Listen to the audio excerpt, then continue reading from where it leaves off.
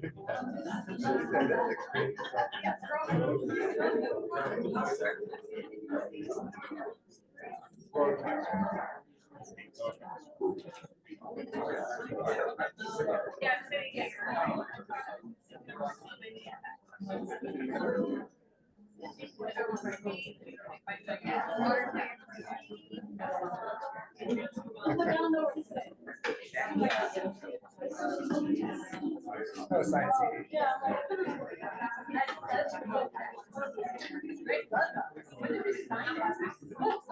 Oh, yeah.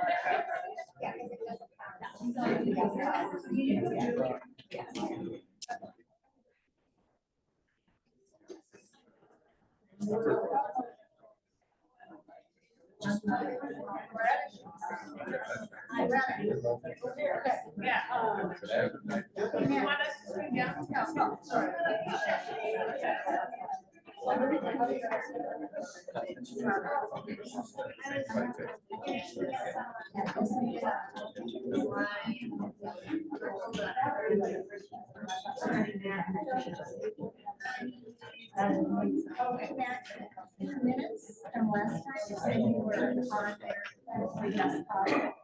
You don't have to be just post it. And he said we were talking saying just positive. The other one.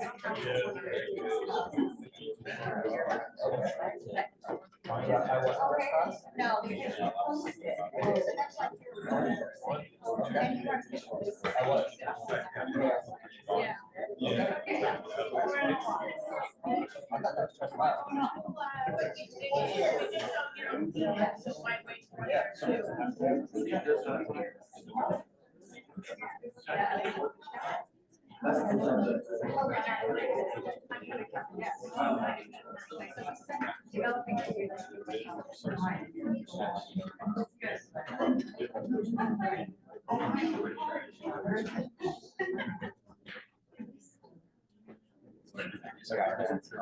You can? Oh, for the visa. Is Jeff on? Yeah. Okay. So. Oh, yes. Yes. Okay.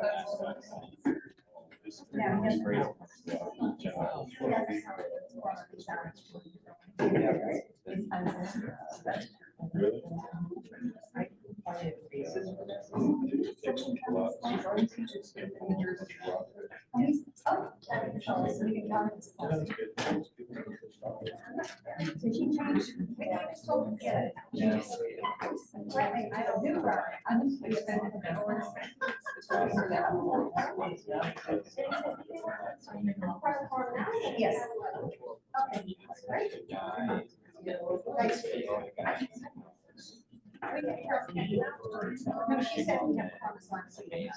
Okay. I guess we can start. Inspiration. I don't know if that's true.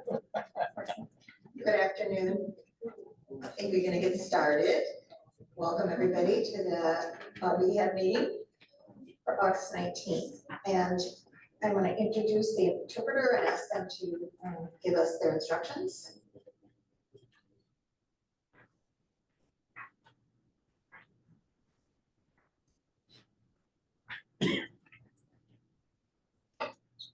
Good afternoon, everybody. My name is Ricardo Garcia, and on the back I also have Diana Biden. And to access the interpreter on Zoom via computer to the host activist language interpretation mode, click the interpretation icon. It will show the option English and Spanish. Interpretation is available. Then click the language that you would like to hear. It's optional to only hear the interpreted language. Click the original audio. Via phone, on your media controls, tap more at the bottom right in the middle in the mobile app, and top right in the tablet after the host activist language interpretation mode. If the icon is not visible, tap the screen to make it appear. English and Spanish language interpretation is available. As a reminder, speak slowly, pause between sentences, speak clearly, avoid interrupting or multiple people speaking, avoid using metaphors, acronyms, slangs, or idioms. Interpret signals during the meeting, speak slower, raise your voice, interrupt for clarification or communicate a concern. Acceso al intérprete a través de Zoom por computadora. Después que el anfitrión active el modo de interpretación del lenguaje, haga clic en el símbolo de interpretación. Mostrará la opción de interpretación disponible en inglés y español. Después haga clic en el idioma que desea escuchar. Opcional, para escuchar solo el idioma interpretado, haga clic en la parte donde dice Mute Original Audio. A través del teléfono, en los controles de la reunión oprima More.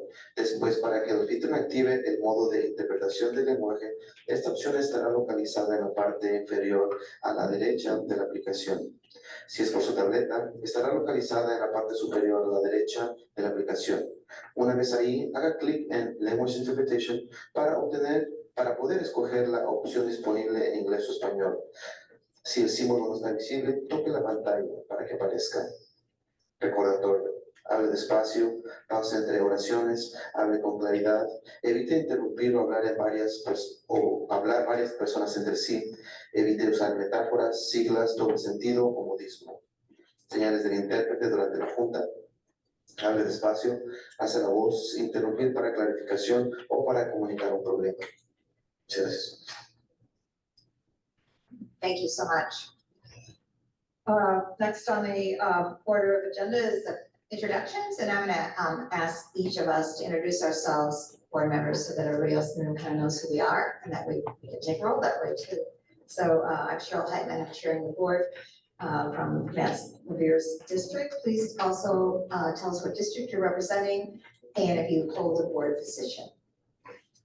And I'll start with, let's see, Delia. I start with you? Hi, my name is Dalia Rockin. I'm from District 4, Janice Patton. Good afternoon, Sean Pusey, law enforcement representative. Good afternoon, Michael Rodriguez, District 5. James Espinoza, District 4, Janice Parman. I'm also the second vice chair and the veteran representative for the board. Can I introduce myself? You're important. No. Mark Hanser with the Office of the County Council.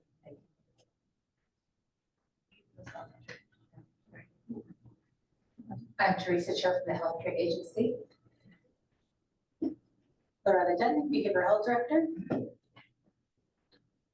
I'm Diane McKay from Area 2, Jeff Burrows District, and I'm the first vice chair.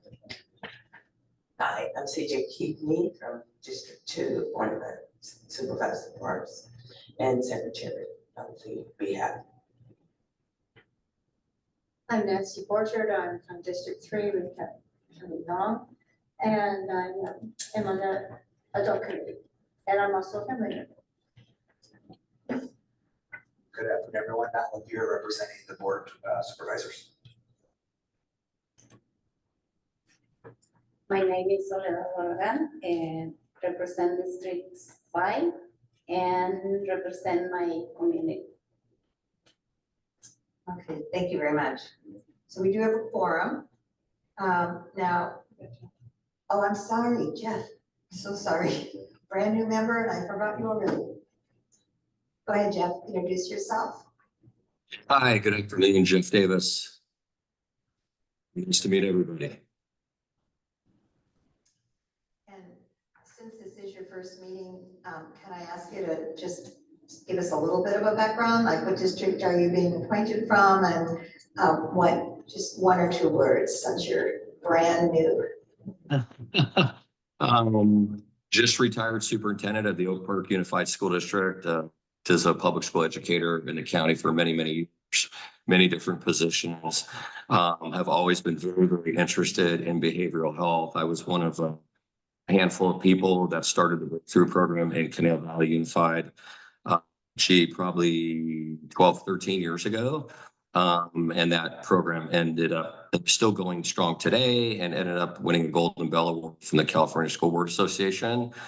And then did the same type of program in Ventura Unified. And we started the same type of program in Oak Park just before I left. So always extremely interested in behavioral health. And again, not just, in the schools, even though that's critically important, but throughout the county for all age groups and all people. So I just, that is the best synthesized version I can provide at this time. It's a really good one. Thank you. Welcome. We're happy to have you. And I know you're on Zoom. And were you wishing to use a just cause? Yes. Unknown babysitting duties today with the grandchildren. So last minute type of deal. Yeah. Okay, thank you. So that does mean that you'll be able to participate as a regular board member. So we appreciate you being here. Thank you. Thank you. Okay, now we're going to do the approval of the agenda. I had hoped to do that with a voice vote, but on the advice of our attorney, with some changes, I guess, in the Brown Act, we have to actually do roll call vote on any kind of action items. So even though I was trying to make this a little easier and faster, it's not working. So we are going to now entertain a motion to approve the agenda. I'll move. Second. Thank you. Moved by Matt, seconded by Nancy. And now we have to do roll call. CJ. Right. Soledad Barragan, Yes. Nancy Borchard, Yes. Jeff Davis,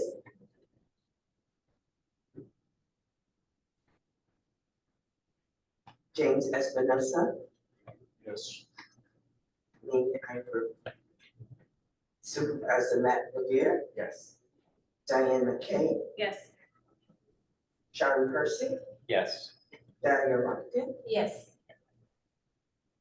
Michael Rodriguez, Yes. and Chair Sherrick Hyman. Yes, thank you. Moving now to the approval of the minutes, and first you have to do the same thing again. So we're gonna do another roll call vote after agenda, as someone makes a motion. I move approval of the minutes. Thank you. I'll second. Can I make one correction though? Of course. Yes. Makers, the minutes listed me as being a just cause. And I attended the meeting remotely, but I did post it according to the Brown Act, so I don't believe I need to use one of my just cause. Is that county, if that's up to county council?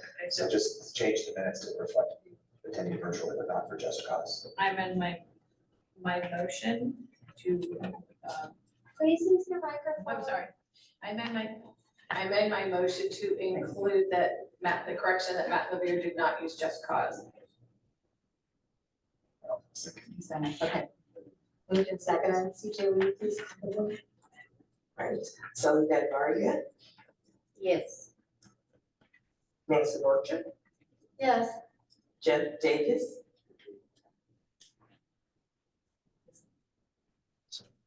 James Espinosa, Yes. myself, I approve. Supervisor Matt Levere, Yes. Diane McKay, Yes. Sean Percy, Yes. Daria Watkins, Yes. Michael Rodriguez, I abstain. Chair Hyman. Yes, thank you.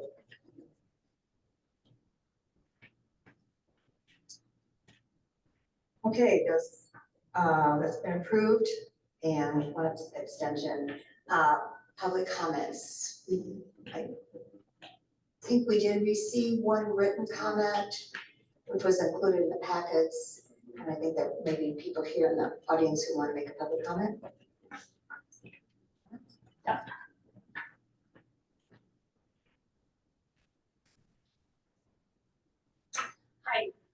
Thank you, Chair, for letting me make public comment. It's nice to see you all again. I'm Shauna Morris, and I'm the CEO of Casa Pacifica.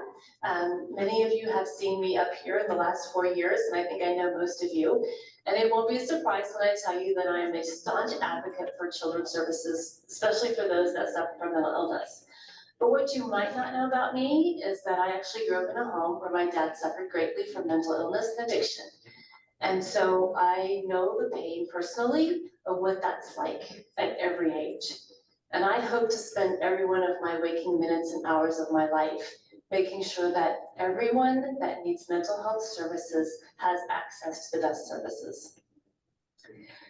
So through the partnership with our county, Casa Pacifica has had the privilege of being a beautiful campus on Lewis Road for the last 30 years. During that time, we have provided a variety of different services as needed by our county and other partners around the state.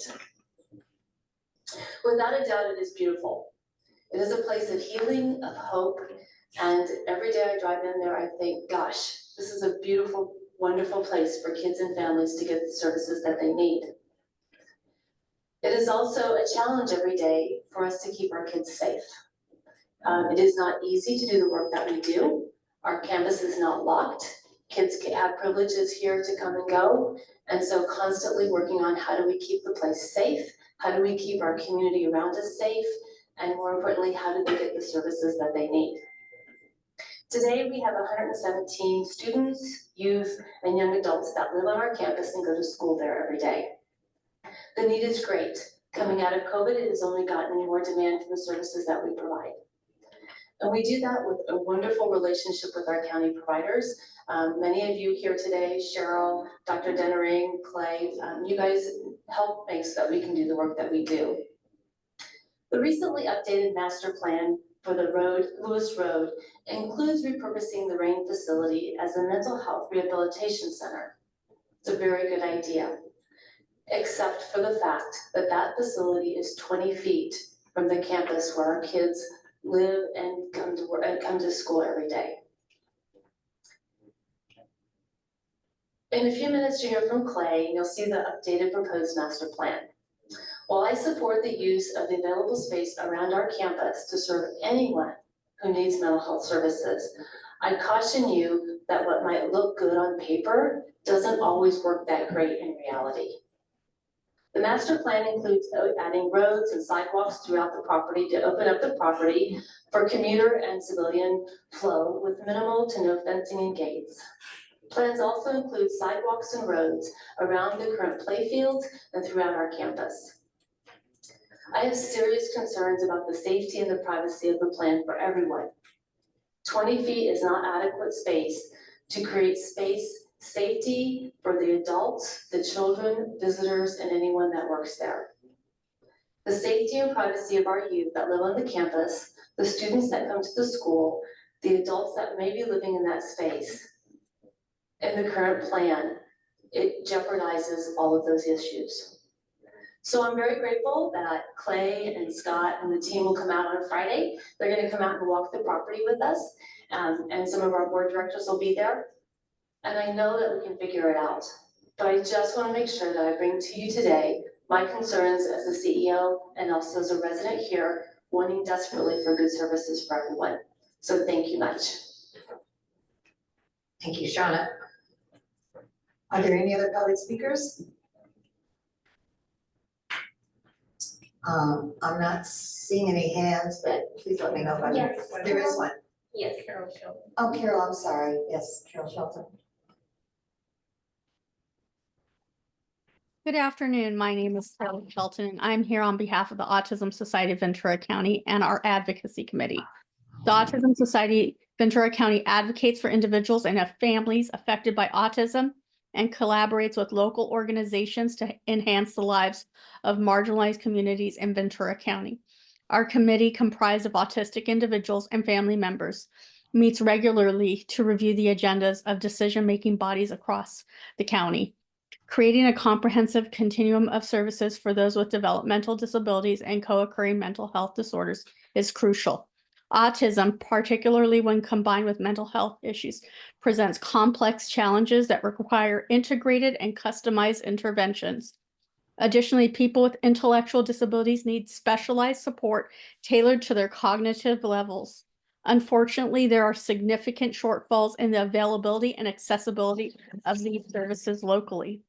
Autistic individuals with co-occurring mental health disorders are at an elevated risk of severe outcomes, including a notably high rate of suicide. Research indicates that they are about 9 times more likely to attempt suicide than their neurotypical peers, underscoring the urgent need for enhanced and continuous support. Furthermore, autistic individuals are more likely to identify as LGBTQ+, with about 30% compared to 5 to 10% in the general population. This intersectionality highlights the need for culturally competent and inclusive care. If there are plans to address the behavioral health needs of this community, ASVC and our advocacy committee would greatly appreciate the opportunity to learn about them. We believe community engagement is essential for developing effective solutions. Adding an autistic person to the Behavioral Health Advisory Board would be a positive step toward ensuring that the perspectives of those directly affected are included in the decision-making. We urge you to consider the needs of this population in the expansion, capital improvements, and other initiatives on today's agenda. Prioritizing services tailored for those with developmental disabilities and co-occurring mental health disorders is vital for creating a supportive system. This investment is crucial not only for enhancing quality of life, but also for preventing severe consequences from inadequate support. If you have any questions about our policy guidelines, our advocacy committee would like to join or would like to reach out to us about this topic, please email at advocacy@autismventura.org. Thank you for your time. Thank you very much. Any other public comments? Okay, I'm not seeing any. There's another opportunity later if you change your mind. Now, chair announcements is the next agenda item. I have a couple. The executive committee did meet last week, and we have changed the time of our meetings. So just so everyone knows, we'll be starting now at 2:30. So 2:30 to 4 hopefully we're done at 3:30, but just in case, 2:30 to 4 still on Mondays.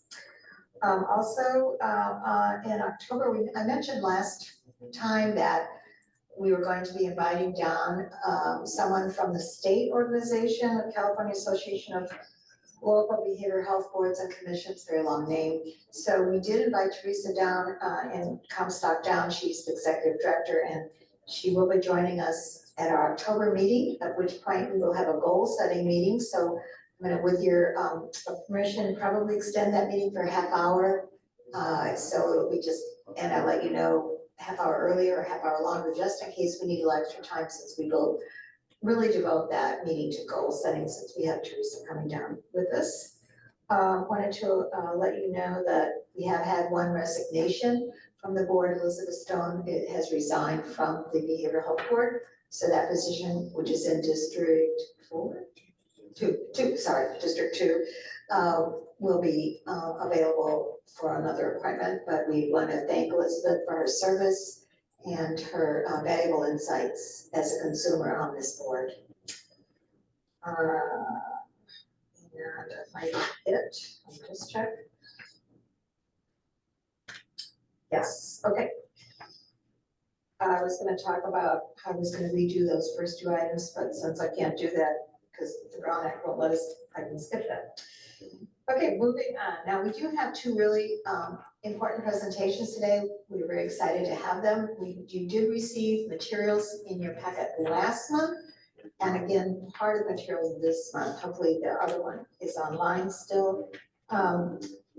So I'm gonna turn it over. Loretta, do you want to introduce?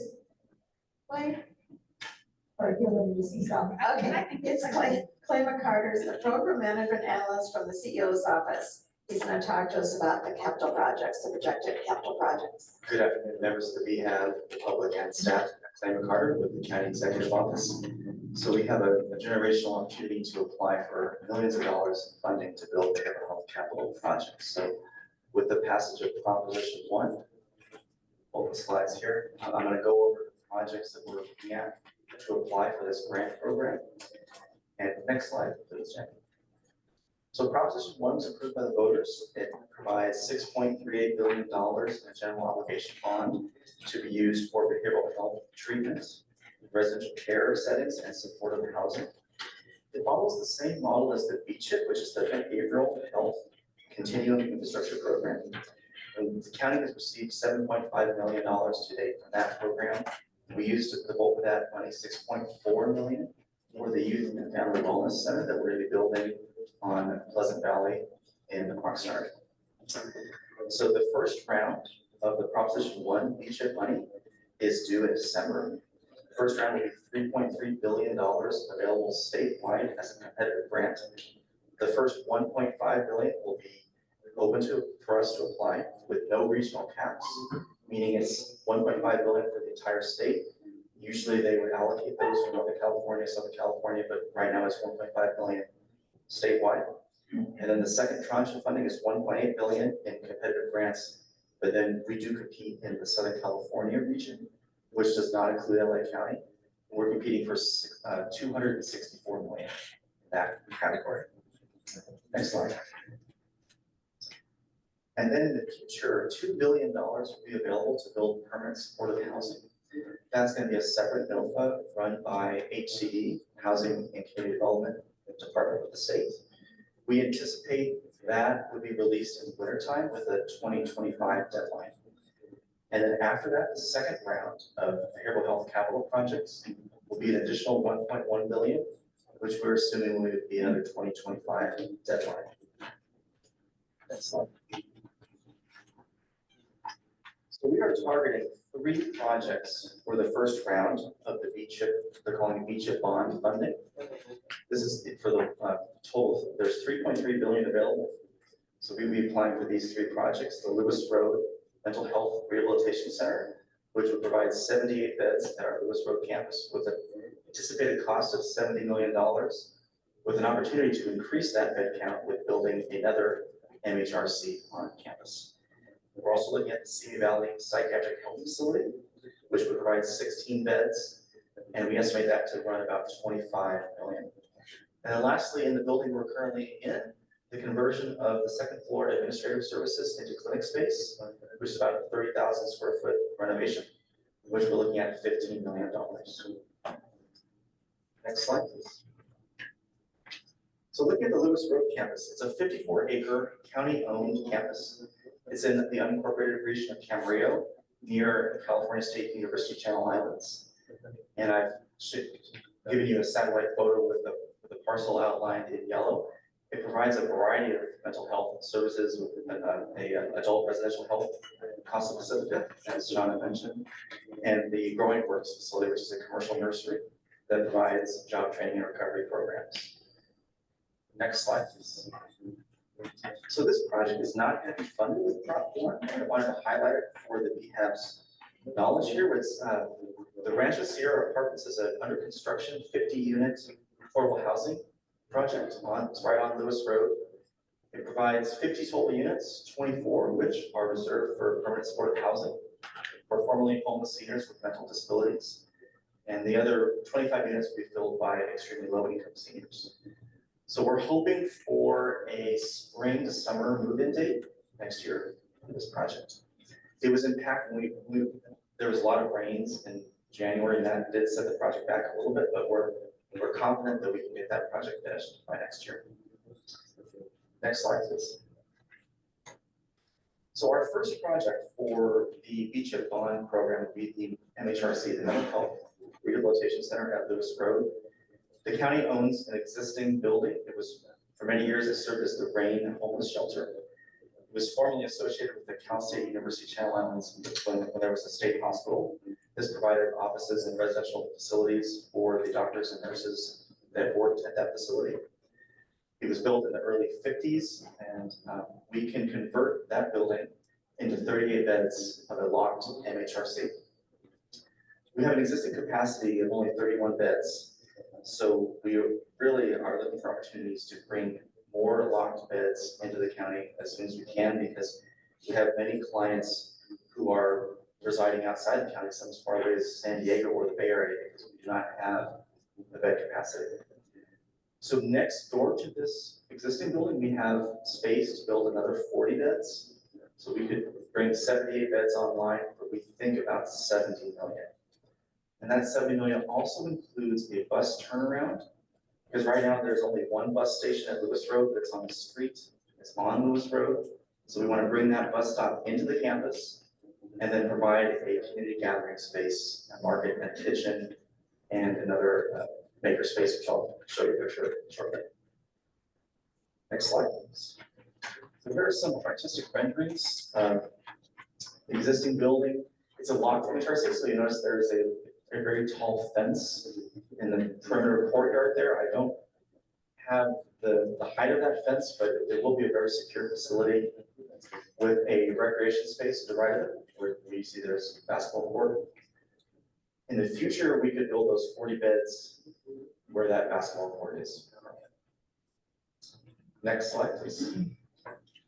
Here's a photo of the bus turnaround. So you're looking at the market on the right side next to the palm tree, and there's a bus stop there. And behind that would be a new barn we will build for the maker space / community space. Next slide, please. Here's another view looking at the little new courtyard there, the market, and the trellis. So we see this as a community gathering space for clients and visitors. And behind that will be the new barn. And that new barn could hold, coffee hour, performances, arts and crafts, things of that nature to help provide further rehabilitation for clients. Next slide, please. There's just another photo of it's called Barn Works. That's the working title. So there's an existing barn there that is extremely old and really at risk of falling down. So we're going to be demolishing that barn and building a new building in its place. Next slide, please. Here's an overview of the campus where there's a park, the Linda Parks Park is currently in design, that's fronting Lewis Road. And then to the bottom right corner of the screen, you see the existing adult residential facilities on campus. Behind the park, you see the Spanish tile roof, that's the existing rain building. That would be the new MHRC. And then behind that is the existing Casa Pacifica campus. And there's also, if you see the water tower towards the right near the mountains, there's another 8-acre parcel that could be a future MHRC as well. That's where another 80 to 100 beds could be built. And so staff is analyzing the potential of also including those beds as part of the BHAB application. So we could be looking at a total of 175 beds potentially on campus if we include the big package. What we've heard from the state is they want to build 10,000 beds with the $6.3 billion in funding. So this is our opportunity to go big. So we're seeing if there's feasibility in including that project as well. Next slide. Are there any, maybe should I stop? I can stop with are there any Lewis Road campus questions? And I heard Shauna's comments. So we are going to be meeting with Casa Pacifica to discuss those issues of where their property leasehold ends and then where the MHRC begins. It is a lot facility, so we want to ensure that both populations are safe. So we will be taking a tour of their campus this Friday. So, but please. Is the area where the barn, as you described, is that within the locked confines of the facility, or is that? Yeah, that's open to the public. And so clients will be able to use transportation with that area? I think, I don't have the exact, but I think if certain clients are able to leave the facility on a short-term basis, then they could potentially work at the market or participate in a variety of programming at that barn, and then be escorted back. Thank you. Nancy? Well, you've sort of answered my questions. When I very first saw this last month, I thought, the barn, I just wasn't knowing what that was gonna serve or what it would do, or why it was called a barn. It's actually, or a market, or will people be able to buy things at the market? Yeah, so we're trying to create more of a campus, really. Right now, and the board approved a vision plan for Lewis Road. Right now, it's very disjointed, the road network is not adequate. So right now, it's used for storage, I believe, by the Growing Works facility there. So we're trying to revitalize and create more of a space for the community, because we're having 50 new residents at Rancho Sierra.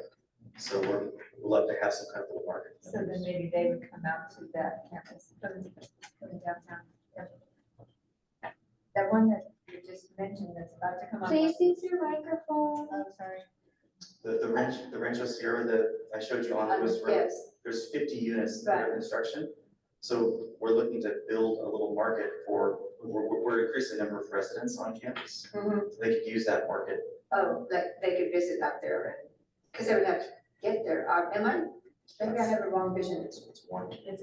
So, okay. Yeah, so let me I just, was thinking of the one downtown near Berry Street and. No.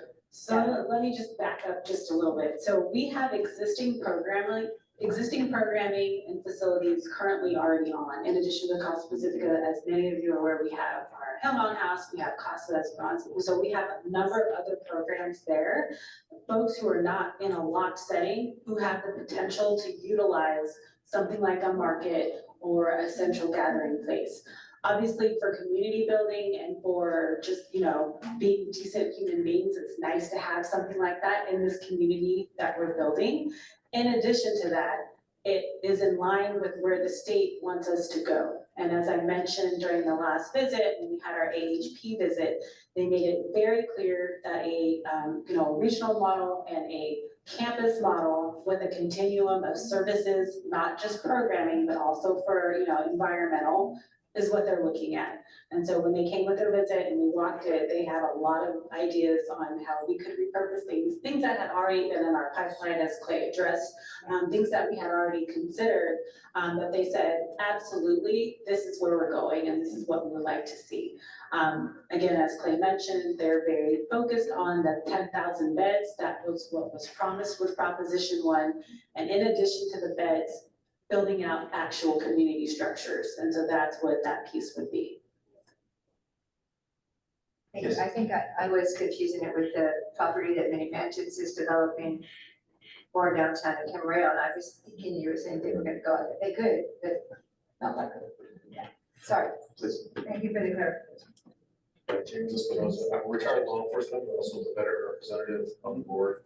I did see you have future hopes of accessing the veteran funding. And then I also live in East County. Is there any, I saw 16 beds for Simi Valley, but is there more of a future plan to enforce resources for those funds for East County? That's part of my question. The second part is with the veteran funding, I know there's a carve out for $1 billion for housing, substance abuse, mental health for veterans. Are you including veterans in that process when you're making those decisions? To answer your first question, so there's $2 billion for permanent supportive housing for all types, and we don't have, we have an idea, but we haven't, the state has not released that notice of funding availability, so we don't know exactly how they're going to grade how they pick projects, but it's the county's wide open. You can look for a variety of project types throughout East County and elsewhere. Then the answer to your second question, Dr. Darian, can you chime in there? Veterans? I'll simplify the question. Yeah. Are you including veterans in your future decision making? So we will, when we get to that point, as Clay mentioned, so that piece of the proposition is going through, Department of Housing, HDC, Housing. HCD, yeah. HCD, Housing and Community Development Department, which is a separate department under Health and Human Services than DHCS. Department of Healthcare Services is administering the bond BHAB. They've issued their guidance. We anticipate HCD to release guidance in the next couple of weeks on what that portion will look like and what the requirements will be and what, the funding will look like at the local level. However, we obviously at the county will always include veterans in any type of decision, whether or not it's required as part of that anyway, we will be doing it. But formal guidance has not been issued from the state. Thank you. Sure. Okay, so Hold on a second. Any other questions on this? And we can come back to the Lewis Road. We don't have to, we can do it at the end also. okay, great. Thanks. So the East County Crisis Stabilization Center, this is not a Prop 1 project, but it is attached to the psychiatric health facility next door. So the parcel on the left in yellow, the existing building, that is a existing county building.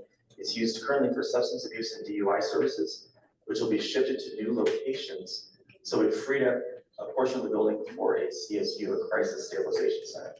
So this is an existing project, it's in construction, or the architect is providing construction drawings and should be done within a few weeks. It will provide 4 recliner chairs to be staffed by a health professional to assist individuals experiencing a mental health crisis. It provides for less than 24 hours stay. And then if you need to go to advanced care after your stay at a CSU, you might go to a PUF, a psychiatric health facility. And that parcel on the right, the parking lot and the vacant lot, is currently owned by the Simi Valley Unified School District. And we're in negotiations with them to purchase that lot and then use the bond BHAB money to then get funding to build that PUF, the psychiatric health facility. Next slide, please. So the future PUF will be on that vacant lot right there on Los Angeles Avenue.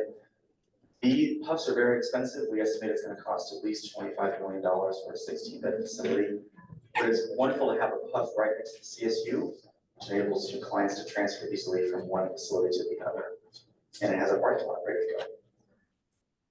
Next slide, please. The last project is the renovation of this current building, converting the administrative space on the 2nd floor into clinic space. It's an existing integrated site close by with Probation Department, Public Health, near St. John's Hospital. It had the building already provides a wealth of services, including MATE, youth and family, adult crisis services, etc. And so it does say budget unknown at this time. We think it's around $15 million. So that would be the third and final project where it would be applying to the state. So the deadline for the bond BHAB is in December. So so the CDO's office will be managing putting together these grant applications for those 3 projects. The MHRC at Lewis Road, the Williams Drive project, and the Simi Valley Psychiatric Facility. And that concludes the presentation. Any more questions on Diane? Are there any other options for the MHRC other than the Lewis Road? So originally, we were looking at the MHRC at another parcel at Lewis Road, that 8-acre vacant parcel that I referenced. The way the state has rolled out these funding is that they're prioritizing shovel-ready projects. And because we have an existing building that's currently vacant, that will score higher than applying for an 8-acre vacant parcel. So that was the reason why we're going to apply for that Rain building, to convert that versus building ground up. And building ground up is a lot more expensive. So, but we hear the concerns from Casa Pacifica, and we would be actively engaging with them to try and find a solution. It's not just Casa Pacifica, and forgive me, I live with the building engineer class 1, similar to an Oshpod, and he has concerns about the seismic retrofit of an older building like that versus building from the ground up, that they sometimes look better than they are when the as-bills are finally, when it's unwrapped and you see what's underneath. So we really like to make sure that can get expensive. Thank you. That building, sorry, Justin Berlando. Your question.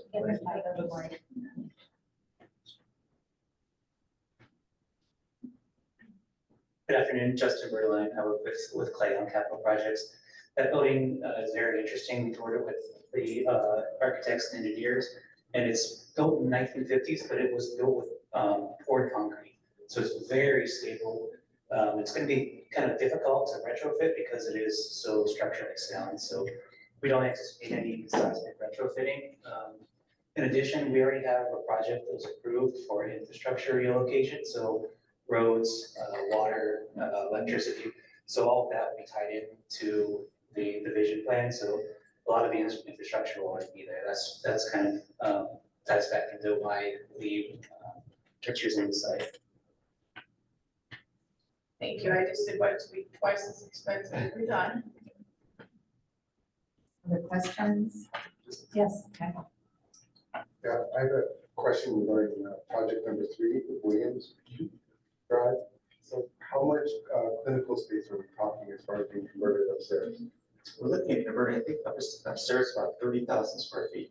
I don't have the numbers on how many clinic rooms or how many people we could serve. Yeah, we don't have that just yet, because it will depend on the type of programming. But again, as Clay mentioned, there's a lot of rationale for, potentially repurposing this. As everyone knows, it's very challenging, and there are a limited amount of inventory in Oxnard, and we have a growing need in South Oxnard and North Oxnard for outpatient services. And so similar to what we were doing with the CSU, repurposing one of our own county facilities. Again, as we move toward an integrated model of service delivery, it's getting harder and harder to find locations that can house both mental health, substance use, and everything in between as far as staffing and program types. And this building potentially can do that, since we already have all of that program here to some extent. It's much easier to move administrative staff out. We really just need like office space versus an actual clinic. And we've been looking for several years because we need to expand space both here in North and South Oxnard. And we only anticipate the need continuing to grow. So as we start to work through and look at the specific programming, we'll know exactly, what, depending on the type of service, what the space requirements will be, because they will also determine kind of the layout clinically. We'll be able to get more information on that specific. Thank you. Other questions? And going along with Michael's question, do you know what would happen with the administrative staff? Is that a whole, this whole building will no longer have any administration staff? Likely there'll be a mix of both. Again, you have to see what's feasible and what makes the most sense.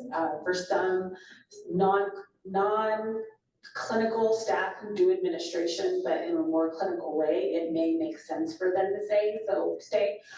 So for example, our managed care operations and quality staff, which are nursing licensed clinicians doing like utilization review functions, some like more clinical type of administrative work, maybe it would make more sense for them to stay. Whereas your pure administration, fiscal, billing, contracts, folks who really truly just need office space, it's easy to find office space. We can lease and do that. So it's a puzzle piece and it's a mix because again, our county is very challenging as far as finding space and infrastructure, even to lease out. So we've been working on this for many years, pre-Prop 1, simply because we are outgrowing our space. We do not have enough physical space for all of the clinical staff that we have.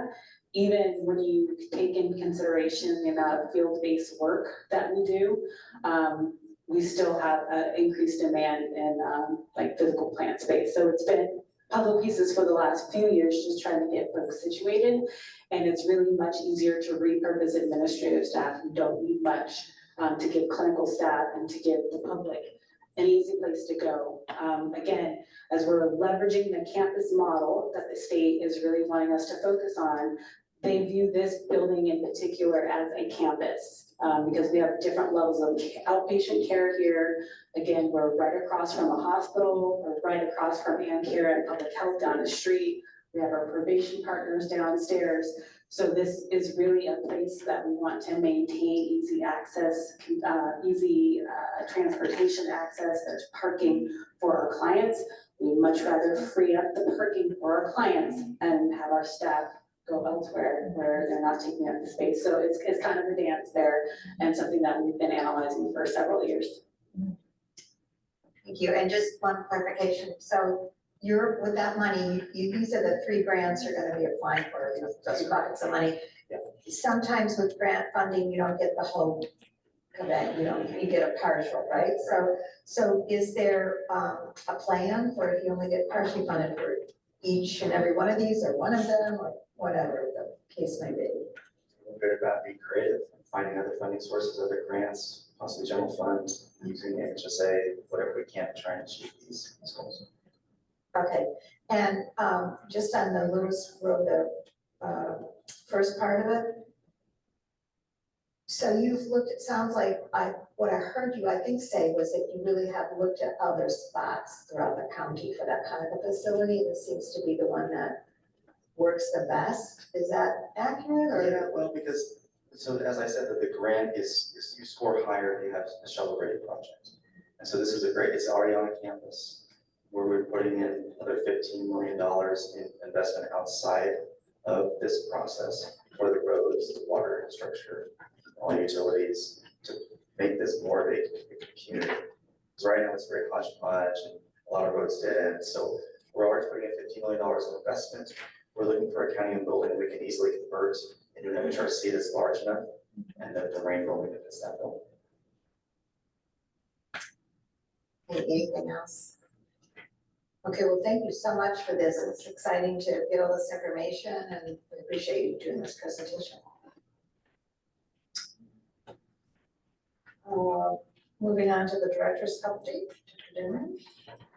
Thank you. Basically, we'll add on to what Clay has talked about with Proposition 1. It's I will say, not downtime, but more quiet time right now for the department, given that our board is dark and some of the activities at the state level are not as frequent with some of the legislature time being dark and with the state level staff kind of taking some dark periods. But the work is very much happening, especially related to Proposition 1. So as Clay was talking about the bond portion, which is the infrastructure dollars. The other piece is the SB 326, which are the programmatic components related to Proposition 1. And we will be doing a presentation next month's BHAB to give an update on where we are with the programmatic changes that will be coming on board. And we will also throw in some BH Connect, which is basically Catalane 2.0, which will also start very soon in January, and some other administrative integration pieces. So we will be giving a pretty extensive update on kind of the behavioral health landscape and policy plan starting in next month's presentation. But that said, all of the work has basically been nonstop since the proposition was passed in March as far as fiscal analysis for all of this. As far as the feasibility for continuing services at existing rates and what that's gonna look like and how it's gonna reshape the department, because it will reshape the department. Another piece that we, have to be mindful of, especially with the infrastructure and Prop 1, that is infrastructure dollar. That is not ongoing service delivery funding. So there has to be a balance of how do we pay for these services ongoing. Historically, you could use MHSA to fund portions of these. We will now be able to leverage Medi-Cal for some of the services as a result of BH Connect, which is again like CalAIM 2.0. So there's some opportunities there, but Medi-Cal does not cover the full cost of everything. And so where in previous years MHSA would be used under BHSA, we will not have those same flexibilities due to the new funding categories and buckets. And so we will be talking about what that means specifically for our county and our county services next month. Because there will be a cost. There will be a cost to having higher level services versus what we see now. And so we are trying to figure out how to maintain our network of services, not only for, to do what's right from an equity standpoint and a network adequacy standpoint, but just because the need is increasing, but funding in some areas are restricting. So that's what we've been doing a lot of work in the last few months, is really looking at the granular level, program by program, clinic by clinic, provider by provider, and looking at that, also taking into the effects of CalAIM and payment reform, which we just completed the first year of, which again drastically changed our payment structure. And so we're moving into managed care model, which is why we have our new managed care operations division, moving toward a different rate structure where now we are no longer cost reimbursed, we are fee for service, which means you can't just spend an exorbitant amount of time on a service and get paid for that actual full service time. Now you have to bill kind of line by line, and hopefully your rate covers your costs, and usually it doesn't. And now you have to figure out how to be more efficient while serving more with less. And so all of these initiatives are all hitting at the same time, which means we have to be very thoughtful and deliberate in the decisions that we make, so that we can maintain network adequacy, can maintain equity, and continue to provide the highest level of care, given that there are some things that will continue to be out of our control as far as costs, salary and benefits, infrastructure, and then negotiating with the state to make sure we can get as a higher rate as possible to cover all of that. So that is a lot of the work we've been doing. So even though it might look quiet around here, it's definitely not. This is the behind the scenes time right now, really pulling out, looking at productivity, again, looking at maximizing all the little services, and knowing that the system is going to drastically transform what that actually looks like for the department. And so we will be sharing more in the next coming months on kind of how we have to adjust to the new demands and what the state's vision for us as an integrated behavioral health plan and also a provider and what that actually looks like. So more to come there. So that's just to give you a nice preview of what's happening next month's presentation. And then kind of some late breaking update on Vista Del Mar. I do anticipate that we will have a fully executed compliance and monitoring agreement by the end of this week, hopefully. And once that does happen, if that happens, then we will move into the next phase. Again, where they will have to present a third-party monitor who will be subject to my approval. And then once approved, they will have to provide a plan that I will approve. And then once those two things happen, then they can begin to admit LPS patients per month in the beginning. So we will be seeing what happens this week, and then we will be providing a formal update to the Board of Supervisors for the September 10th meeting, where everything will be laid out so the public can see, receive and file. And so that is the update as of today. So getting it in as about a real time as possible. So I think that is it. Today we have the director's report here. Again, all of the kind of major things that we're working on are included here, mostly in our managed care operations and our strategy planning and administrative services updates. There are lots of things happening with, CARE Act is still continuing to be built out. We have an update there. We did a board update just this last month with our CARE activities. And with this month's director report, we really tried to streamline it and keep it to very high level things that folks need to stay on top of as far as wanting to know what's going on, because they're getting very long and detailed, and some of it was a little like, well, this is a lot. So we just want to hit you with the things that we would like you to stay up to speed on so that we can stay engaged, because there will be lots of more dialogue in the next few months, especially as it relates to CARE Act, Prop 1. These will be continuous conversations, and as we build out managed care operations and what that actually means structurally for the department. So, any questions? Is it getting a little easier for your staff to do the charting and all the things that were so stressful at first? Is that working out better? Yes and no. So with CalAIM came changes to documentation, and so in some ways, yes, because documentation has been streamlined. Now, we'll say that if I don't acknowledge this, my staff will look at me like, what? So we went live with the new EHR last year, Smart Care, and we, like any other EHR rollout, there have been some hiccups. And we had some funkiness in the last part of July, early August, with the vendor. And so there were some outages that impacted everyone across the state. And so there were some issues there. Now, those of us who've been in the, healthcare, who've rolled out new EHRs and EMRs, like, this is what happened, and what happened was not anything unexpected.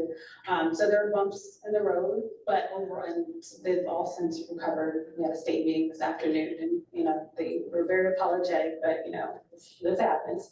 And then folks have to default to paper and pencil and like old school, like, oh yeah, I really have to write things down. So that's like, we have to go back to that. But anyway, those are things that we've taken into account. So in a lot of ways, things are better, but we're still working out the kinks. I would say the same with CalAIM and the policy changes. It's going to take a while for people to really truly understand the new way that we look at things, as far as how we document, how we go back and audit and review. But that said, once people get comfortable, they realize it is easier than what we were doing before, once you get over that initial learning curve. So I would say it's easier, it's getting easier. The billing is going to be that transformation. Like I said, we just finished that first year, and now we're looking at, missed opportunities and how we can streamline and do better training and clean things up. And again, that's going to just take time for people to understand. The problem is time is not on our side, because the billing and the financial implications are already taking effect across the state, as far as making sure you're maximizing billing and being very efficient with your staffing.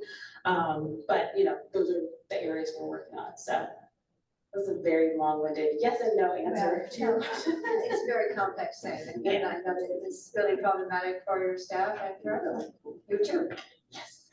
The other thing, it always makes me think, and I hear you say repeatedly that we have more clients needing services and less money to provide it. And so you always wonder, well, then one of the strategies must be to really truly narrow down those who are eligible for specialty mental health services. And so it makes me wonder who's getting left back, and then what happens, or is there an opportunity to help those folks too? It's a very good question. And this is one that the state is kind of grappling with themselves right now. As folks know, as the county behavioral health plan, our mandate, aside from the managed care operations functions of a plan, like the insurance plan, in our county, we're also a provider. And as a provider, we serve folks who meet criteria for specialty behavioral health. So that's specialty substance use and specialty mental health.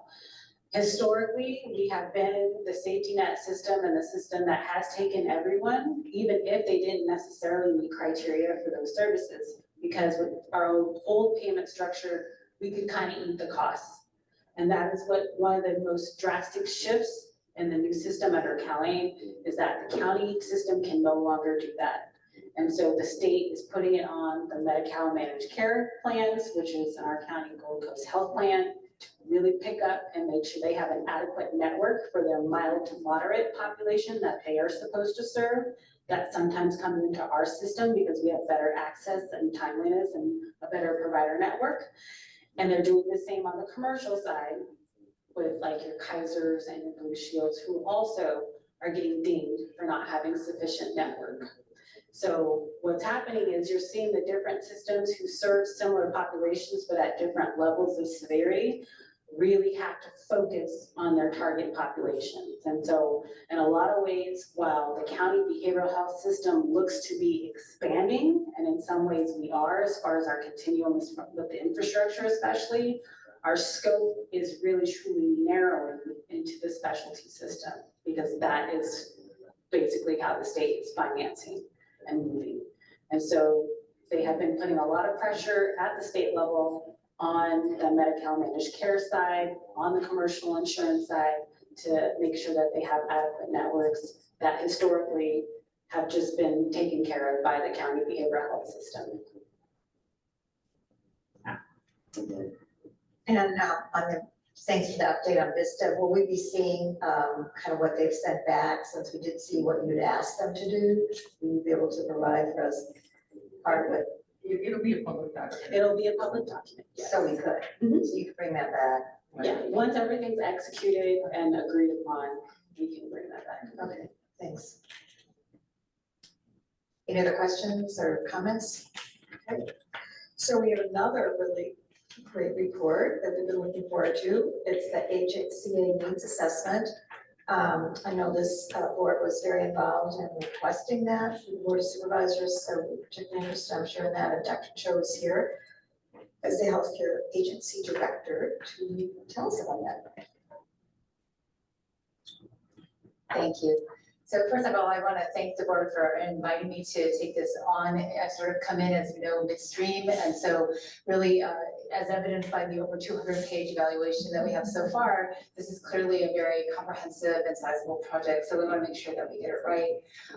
You know, in reviewing that document and in trying to understand kind of where we're at, I think what I'm trying to sort of see is whether the board feels that its questions were answered in that evaluation. Would love to hear some input from the members of the board. I believe that you all have had that assessment as well. So I think that that would be, at least from my vantage point, something that I would like to understand a little bit better. In terms of the what has been presented so far, there clearly are some significant details there with respect to what the identified needs are thus far.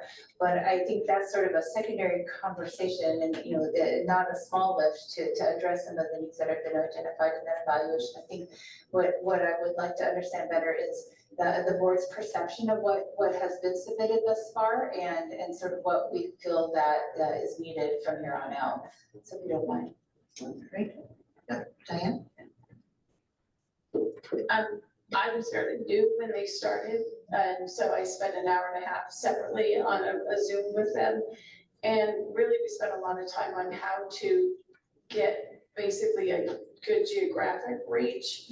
And I felt really good about the conversation. It's just that then when they came back and gave us the report, they didn't have any services by zip code, where there were gaps by zip code or by age.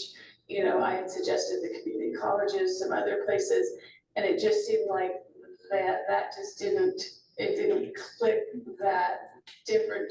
You know, our county's huge, and different areas are very different, the needs are very different. And so I didn't really feel like we got that demographic breakdown to help fix the gaps. That's really helpful input. I will say from my other clinical experiences, I do agree with you that the needs are very different geographically. So I think it's important to understand that. Other comments? Sorry, other comments? Some of you were really involved in asking for this needs assessment. And yes, some of you are still here, so speak. I think when we asked for this assessment, what was it, about 3 years ago? I think it was. I think the priority at that time was really to do an honest, kind of independent, unbiased look at our system and say, you know, we're doing a lot of great things, but you know, where are the gaps? And where are we falling short? And I take that kind of honest inward look, and I didn't really get the clarity there that I was looking for, that, you know, our professional staff can take back and say, all right, here's some clearly identified gaps where we're not, maybe we can do better, and try to, you know, step by step sort of approaching and attacking those gaps. And that's kind of one of the things I was really looking for, in more detail, actionable detail. Okay, thank you. Anybody else? So a couple of things. I was concerned about the fact that this went on, that's nobody's responsibility, but during COVID, and I just wondered how much that would skew these numbers and how much service numbers, et cetera. I mean, it just seems like during COVID, everything changed so much. But anyway, the other thing is, kind of going along with what Matt was just saying, yeah, I think that gaps were not as clearly identified as perhaps they could be, or I think we were all looking for that. But in addition, I was hoping for more suggestions and more, well, here's what's worked, we've seen work, here's what might work better. You know, just the kind of the nuts and bolts down to that kind of thing, which, you know, like, I know that I suggested that one time and their response was kind of, well, that's not our job to tell your county what to do. Well, that's not what I'm saying. Obviously, it would seem to be their job to suggest that these are things that might work, have worked in similar counties, et cetera. And usually during those kind of evaluations that I've been a part of in the past, that's kind of been really helpful to look at that. And I didn't see that detail. Yeah, James? So I was a little bit newer, I think I came on a year ago to see well in action, the evaluation. So for me, the information was a bit disjointed when I came involved. And not as a matter of complaint, but I also know they were trying to be very proactive and get people to respond to the surveys with marginal luck at best, is my understanding. So I think that capturing the data by areas would be helpful. I feel in East County we are lacking services. And if that wasn't identified in that report, whether we have sufficient or we are lacking, it just wasn't, we weren't able to make heads or tails of that. And I also took it with each update that they provided, I understood it as an update. I didn't see it as a final report. I think the board did a decent job for what I had seen, but again, after hearing all the feedback in terms of what the initial intent was, like Mr. Rivera said, I think it could have been a little less disjointed, I'll just say that. And maybe with the updates, had they been more succinct and fallen in line with updates piggybacking from the previous, even for the newer folks, we might have been able to gather more intel from that. I think that's helpful to have the breakdowns be consistent, the updates, one leading from the last and building upon each other so that we can come in at a point and understand what the objective was. Thank you. Anything else from board members at this point? Any feedback? And I don't see any hands from the public. Yes, Nancy, please. I don't quite know how to say what I want to say. It's not a bad thing. It's, I don't think so. I felt like we had so many high expectations to get this assessment done. And it was disappointing at best. Honestly, just didn't answer the things that we wanted to know, which has been explained well by some of our people here. I felt like the part two where they were going to talk to folks in the community, that I thought was a huge important part. You need to hear from the people who are getting the services, is this working? And that was the weakest part of the report, I felt. Actually, I don't know hardly at all what they said. You know, there were a few comments, little anecdotes, but that's not what we were searching for. Is it even what we're doing work? That's the most important thing. First of all, you know, do people get services when they need them, and then did it help? Are they just stuck in that spot, or are we moving on and need less service, or just they're at this appropriate level now? That's the thing we don't know those things. One of the things that I found is, I spoke to them specifically about focus groups when I met with them on private, on this Zoom meeting, and you know, how they could, I know focus groups are hard, particularly as we're coming out of COVID, to get people to come together, but they could do them by Zoom. And so that was one of the specific things we talked about, is how, and I actually connected them with Dr. Cynthia Herrera at the Community College District to get, you know, some focus groups of that age group, and gave them some other connections for different age groups. And then I feel like they said they would do more focus groups, and then they just didn't. And it was out of the explanation as to why.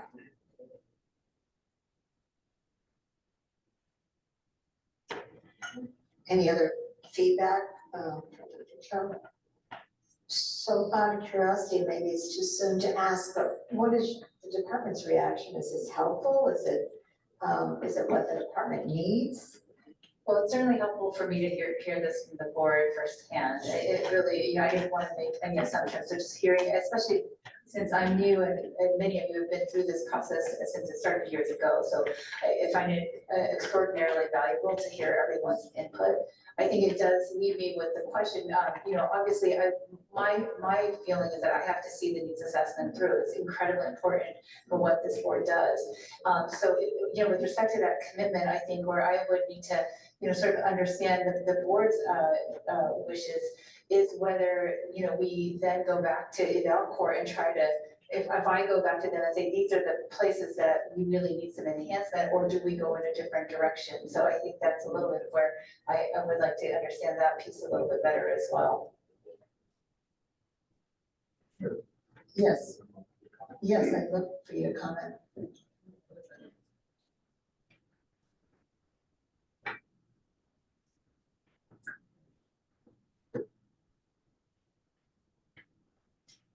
Which hand vote? I'm sorry. Yeah, let me turn it off.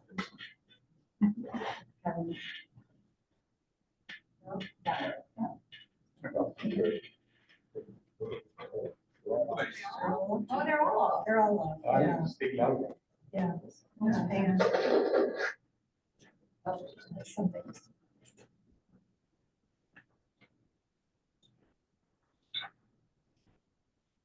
Yeah, yours. I didn't know it. A technical. Sure. What's on?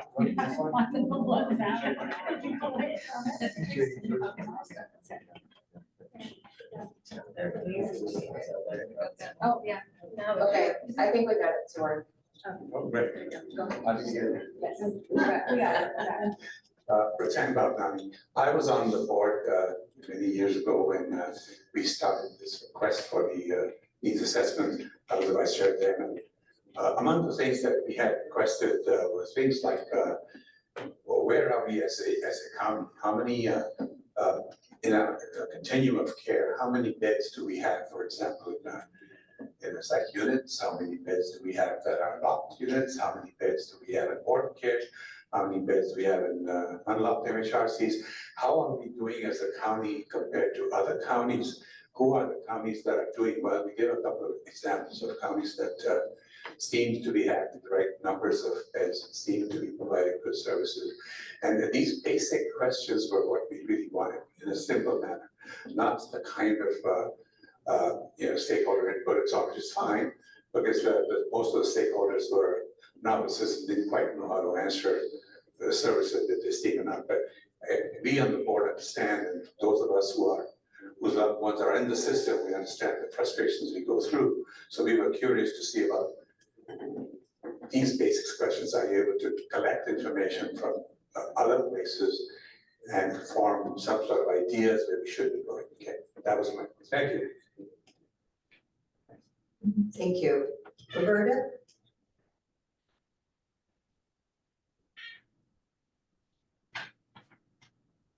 Yes.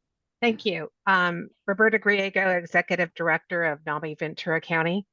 NAMI was one of the stakeholders that was asked to be part of the RFP process. And we also have a NAMI Advocacy Committee, which also Rattan sits on.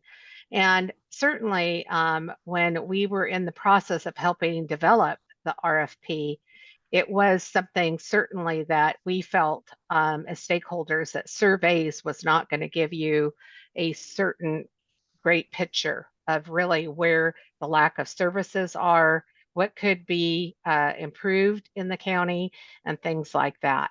And so one of my questions is that I did see this report last month, kind of at the back of the agenda. NAMI is one of the stakeholders that was part of the survey process and the community process. And my question, Dr. Cho, and I think I sent you an email, is where will NAMI also have the same kind of presentation by you and request of having our input as far as what is in the needs assessment, the large document that's been provided, and then still what is lacking, certainly from the community stakeholders.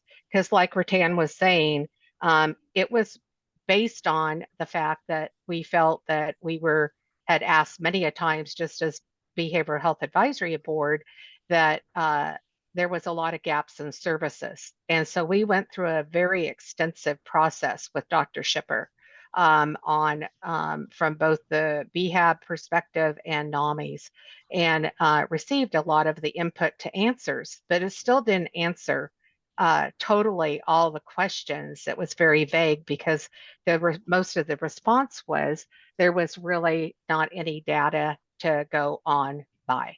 So I guess that's where I'm asking from our NAMI Board of Directors. One, will you make the same presentation, as NAMI is the largest grassroots organization in the county that represents the families of loved ones. And we do have a lot of input that we would still like to have in this process. And I kind of agree with what the statements have been said, that there's still a lot that's lacking, and certainly the surveys aren't going to tell you the correct picture. Thank you. Thank you. So Roberta, I just want to respond to that. First of all, thank you for participating in the initial definition of what was needed through the RFP. I would imagine that NAMI would continue to be involved in that way. So if you would like to have a conversation with me regarding what you think was not met and what needs to be looked at going forward, I certainly would appreciate that. Thank you.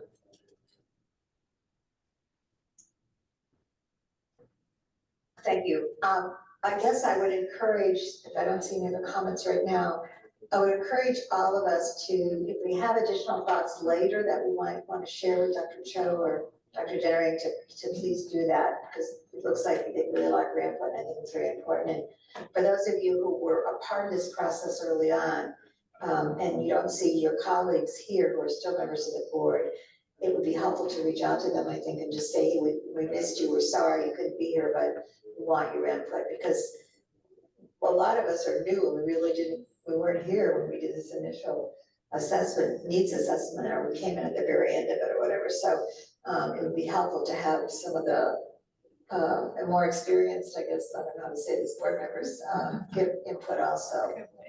Okay, like I was gonna say older, but I think that was yeah. I have one little comment, and I don't know if I'm even recalling this in the right way, but maybe some of you that were involved with this from the get-go. When it became clear that EvalCorp was going to do the work, I think we were a little surprised maybe, or that we were hoping. They do a lot of work for the behavioral health department already. So it's kind of like you think they might come with a preconceived idea rather than blank piece of paper just looking at things. Am I mistaken in my belief that do you remember? There's just some, it was like, well, they do a good job in most every other way, so they're counting it and whatever. But one of the things I think I heard you say was, should you go forward with them or go on a new track? And so I don't know. Michael? what I do recall during the process, because I was part of both the drafting of the RFP, which was a collaborative effort amongst, I believe, Roberta Griego was part of that. I know Chris Tejeda was part of that. Liz Snowborn? I forget, I would have to look at my notes, who else was involved with drafting the RFP. And then I was also involved with grading the RFPs.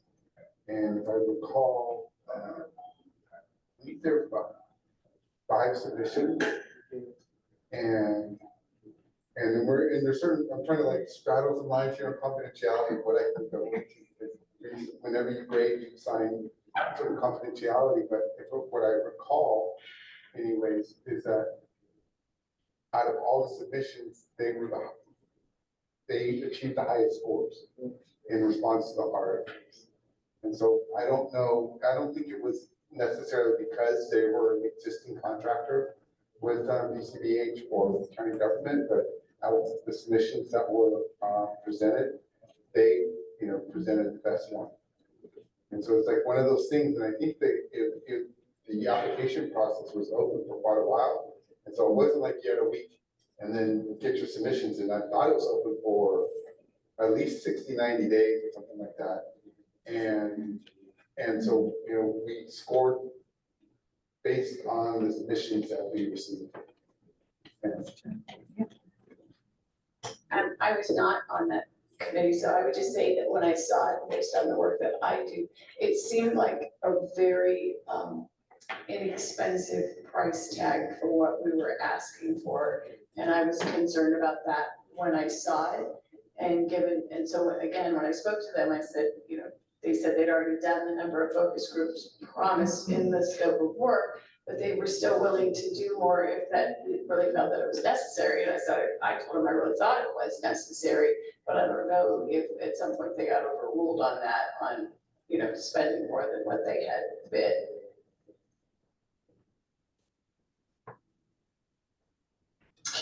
Anything else? And again, James. After listening to the history here, and before you make a decision whether to proceed with them or not, I'm wondering if the target moved on them, and it kind of confused what the ask was, so maybe that needs to be revisited and the questions need to be dialed back in. Because I know I was never clear on what their actual mission was, so if the mission statement wasn't stated explicitly, I never heard it, and I didn't know what the series of questions that they needed to answer was. So if the target, I don't know. Thank you. Yeah, I remember, I thought we were pretty clear through the RFP process and on what our priorities were, especially with regards to the gap assessment. And I remember when we were getting periodic updates through the process, the questions were raised again, where's the gap assessment? And we were told that's coming. And I don't think it ever came. And so I think that gives me a little pause in continuing to move forward. At the end of the day, I think I trust Dr. Dennery and Dr. Cho to choose who they see fit to get to the finish line. But that's the kind of initial pause I have right now. Is that I thought we were pretty clear in the process. We were told it was coming, and we never really saw it in the detail that we hoped.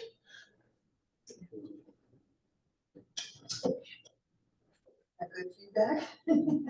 Very helpful, thank you. Yeah, I do think the scope of work, I like what James said, because at the last time they presented to us, I asked them, remind me what the scope of work was, and they couldn't tell me. And that was really alarming, because that's the whole purpose. So maybe there was some confusion somewhere, and I do know, we did have a comment, I think it was last month, from a member who's not here, who was concerned about who was monitoring this from the department, who was working with them from whichever department was involved, and that's, you guys know that, we don't, but I just think there was a comment, I just wanted to put that out there, because I know she felt very strongly about it, she's not here today. I imagine, and I don't want to be presumptive, but I imagine that responsibility would fall on me. I think that is, just making sure that the work is getting done in a way that satisfies the request and the scope and the details that this board has asked for, I feel like that would be on me to carry forward, right? I think Dr. Dennering is trying to stay neutral because this is an evaluation of her department. And so, you know, I think that it would be important in an effort to really be objective. And I'm not saying Dr. Dennering wouldn't be, but I'm just being sensitive to, I think, you know, the fact that I would see it as my responsibility to ensure that whomever is doing the evaluation is really doing it in the way that the board expects it to be. Well, I appreciate that, and I appreciate you coming and asking for our input, because it's, I think it's a good, that's what we're here for, is to have that working relationship and to give you the input from what we're seeing in the community. So, I really appreciate that. And again, if anybody has anything they think about later on the drive home, be sure you pass it over to one of our leaders here. Thank you so much. Cheryl, sorry, there's one more comment from Roberta. Oh, sorry. Sorry, Roberta.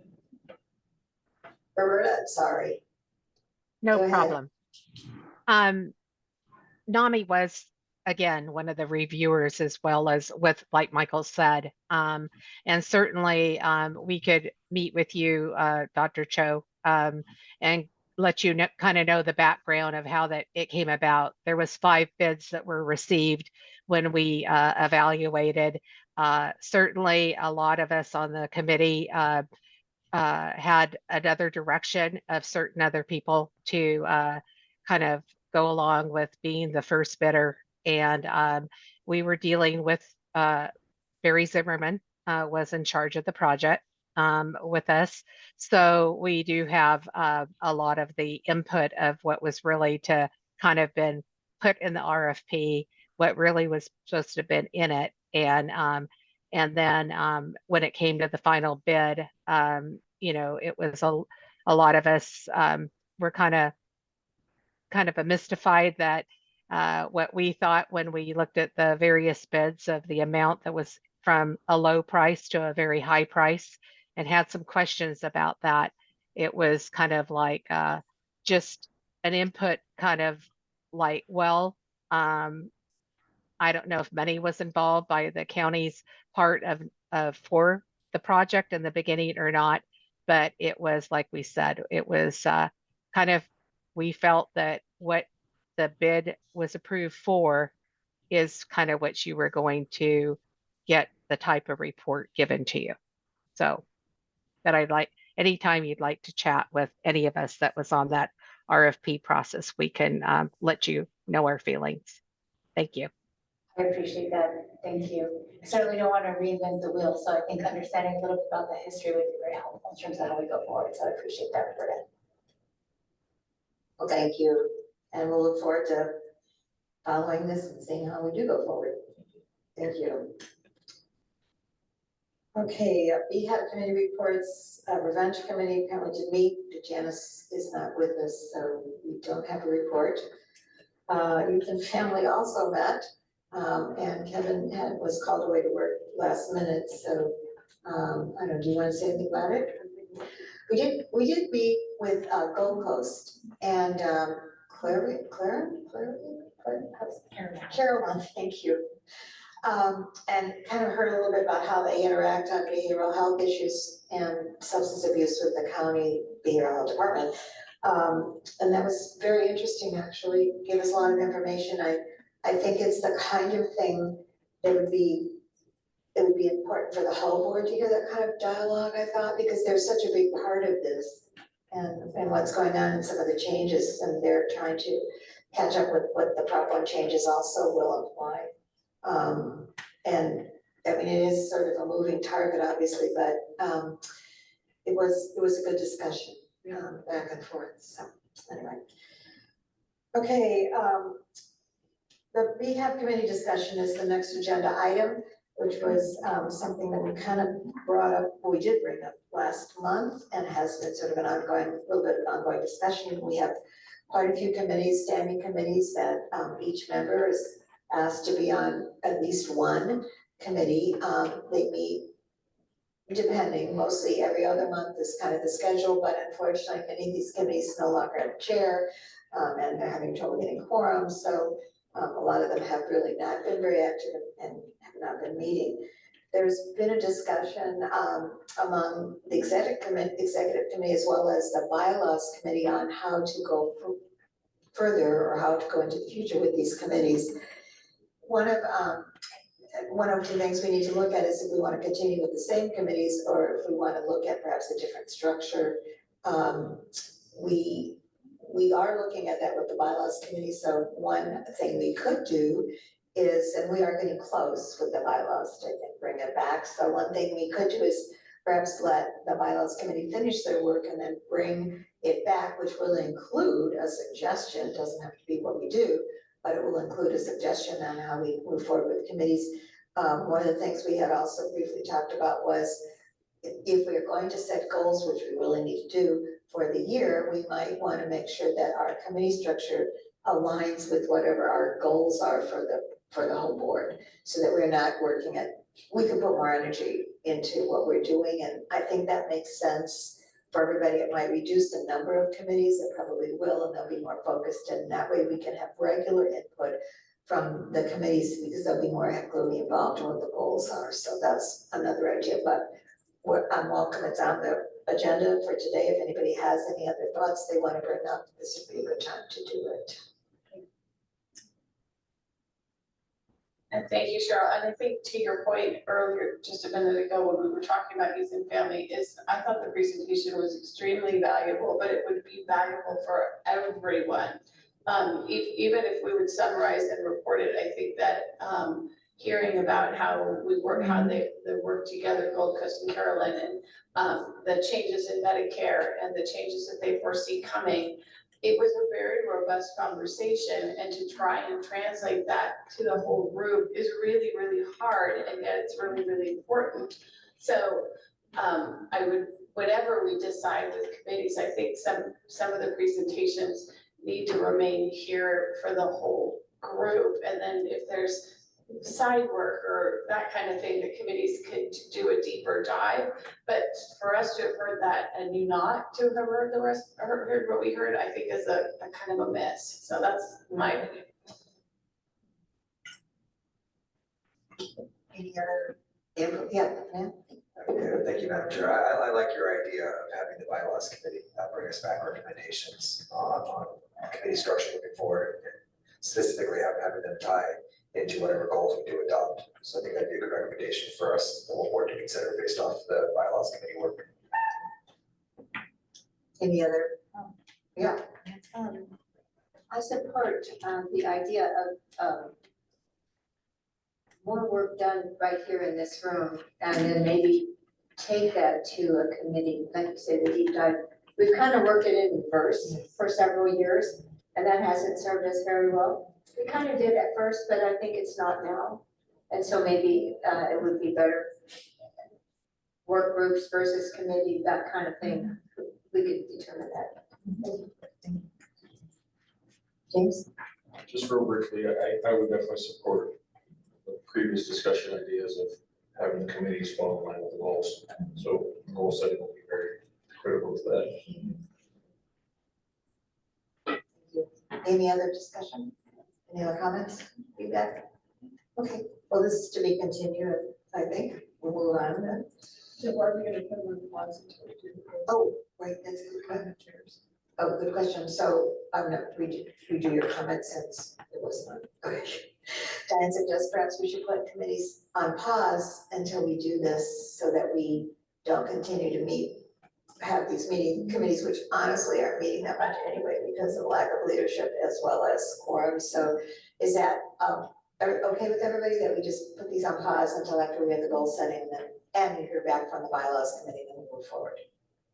Go ahead, Michael. I think we would need a motion to do that, and it wasn't agendized, and so I think next month that could happen. But I just want to make sure that, we don't end up walking into something that we weren't trying to walk into. Yeah, good point. Okay. Okay, so we can agendize that for next month. Yeah, okay, great, thanks. Anything else? All right. Board member comments and announcements. Does any board members have anything they want to announce or make a comment on? James? Oh, James, sorry. I'm getting my full word counting today.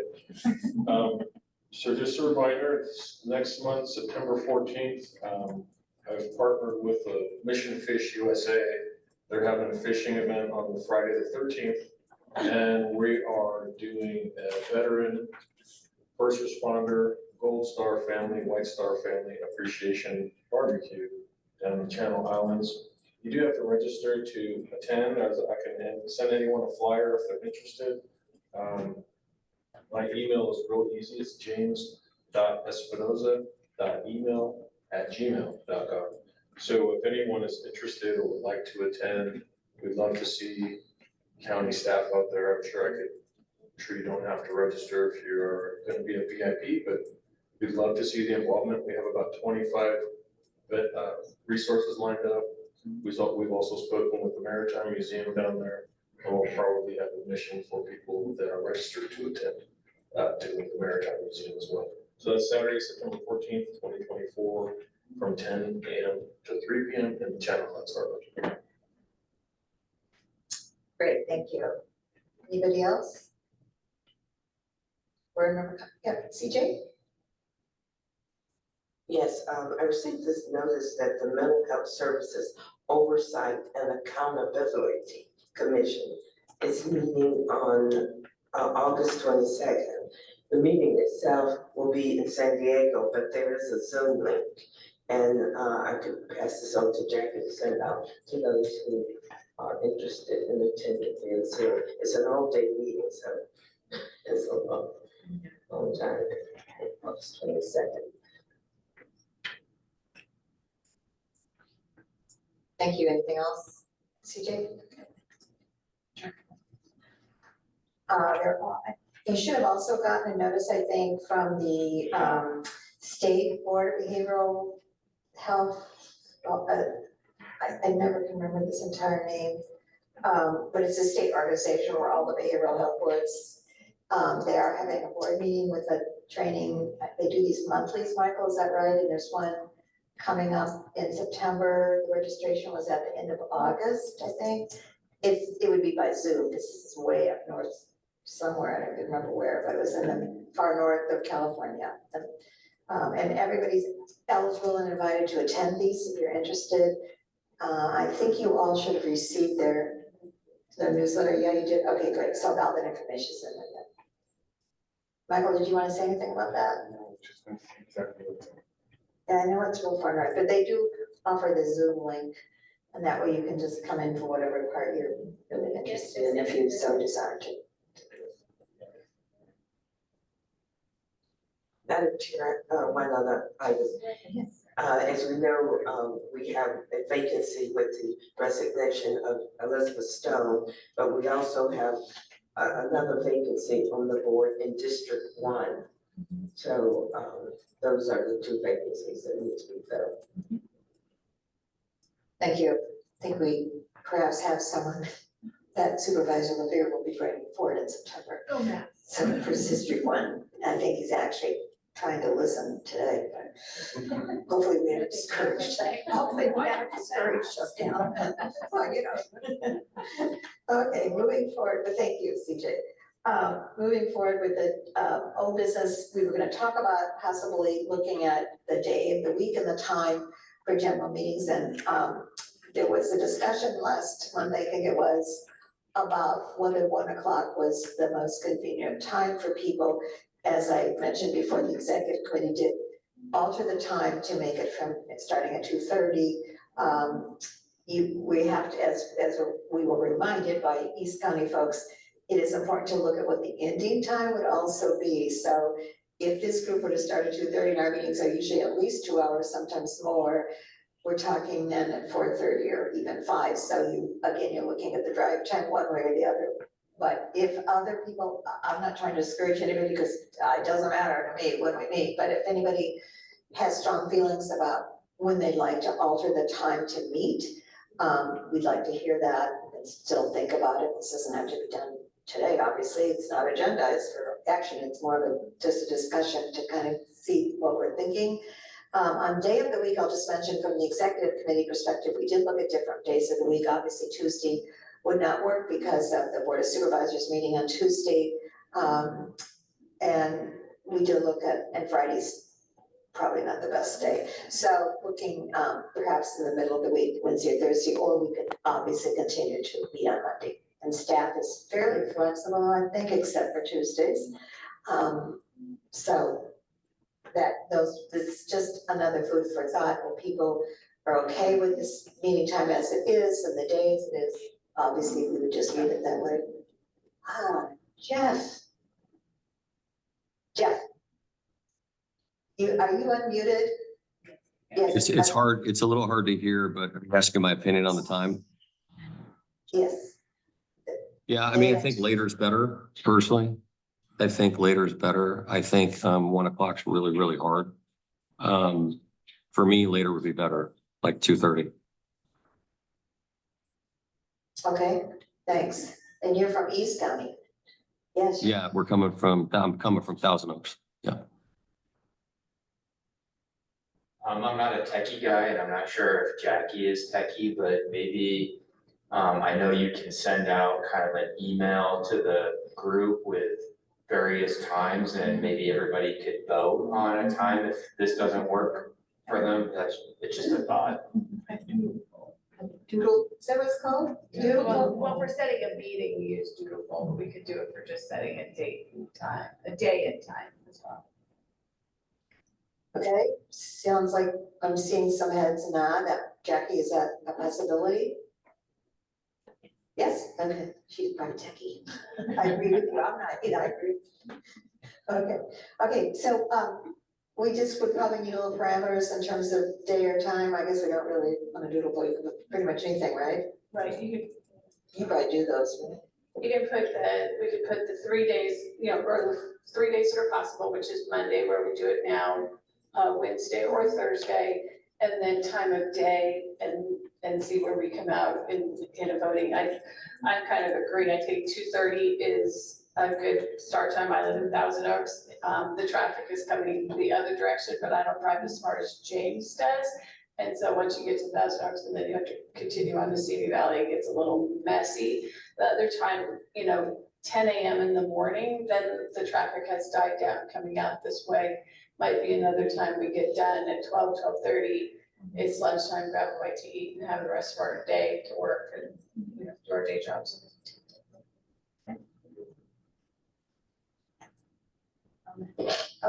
James?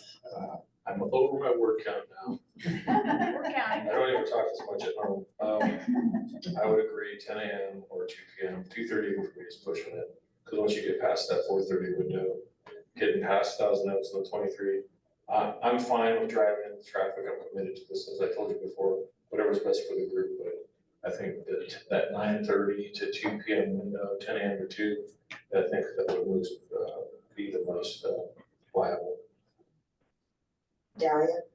How about earlier in the morning? Like we start with here and then go back to work the whole day. Versus still, I think 1 to 2:30 is not a big difference. Still, it's in the middle of the day.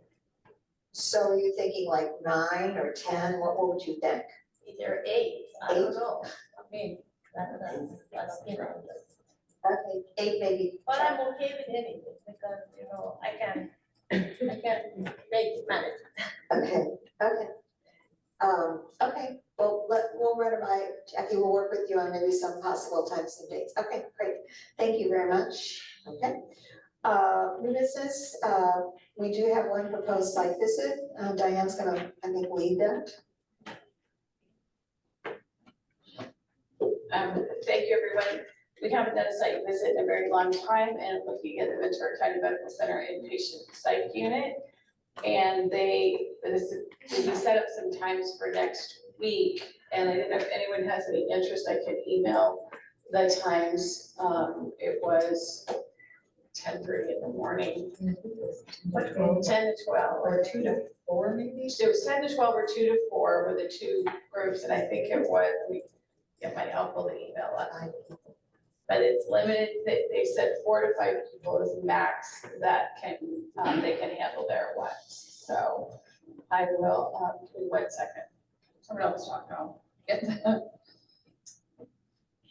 Why don't we do this, I think what you just said is correct, as I remember the email. If you're interested, why don't you just let Diane know, and if it's more than 5, we could set up probably a second time also to go. Or talk to them and see if that's a possibility, maybe for, since this is short notice, maybe in September or October sometime, like mid-November, to do a second one.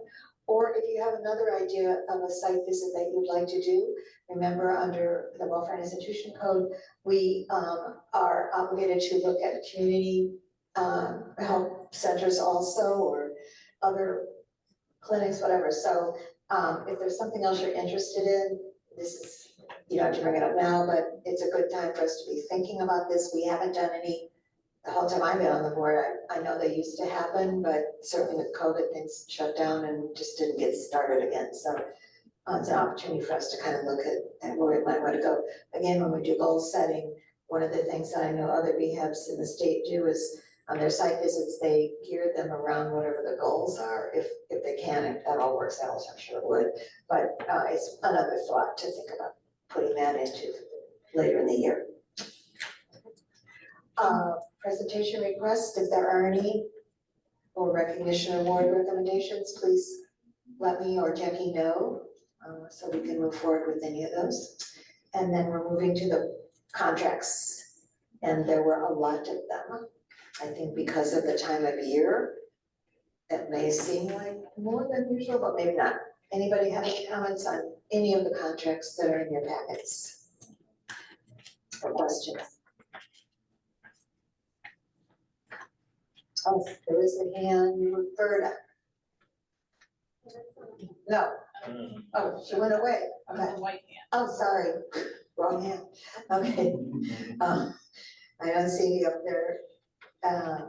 No comments or any questions? Okay, great. Okay, there's a chance for other public comments if there's anybody else who didn't get to say something before and they'd like to. This would be the time to do that. Okay, I do want to thank everybody for being here. I do want to stress that, again, we had quorum, but barely.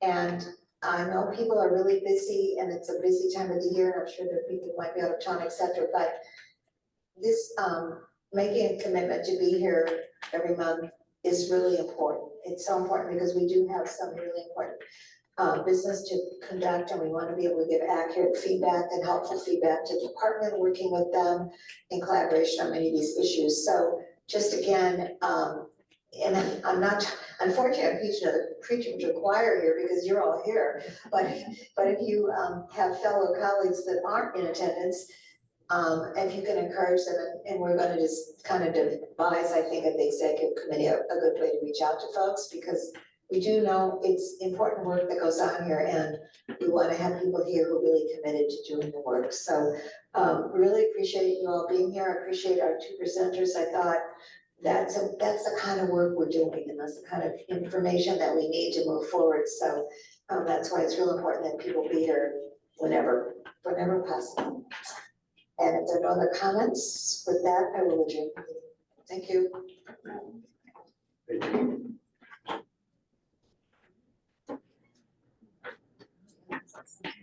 No. Congratulations.